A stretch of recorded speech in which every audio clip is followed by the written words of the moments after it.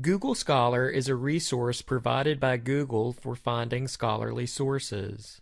While Google Scholar isn't a library database, it does provide a way for you to find articles from academic journals. Much of what you'll find in Google Scholar is not freely accessible to everyone and is behind a paywall. Because of this, it's recommended that you access Google Scholar through the library's website. This allows you to log in with your UNC Charlotte username and password and access articles that Atkins Library pays for you to access. To access Google Scholar, go to the library's homepage and click on the Databases link. Click Databases A to Z, click the letter G, click Google Scholar.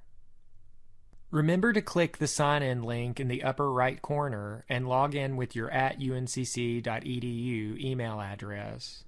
You can search Google Scholar just as you would a library database by using search terms that describe your topic, the title of an article, or an author's name. Your search results could include a mix of articles, book previews through Google Books, and other citations.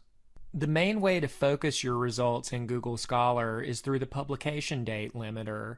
You can limit your results to resources published during a specific time period. You can also add keywords to your search to focus your results. In your results, you might see links that say "Get it" at Atkins Library.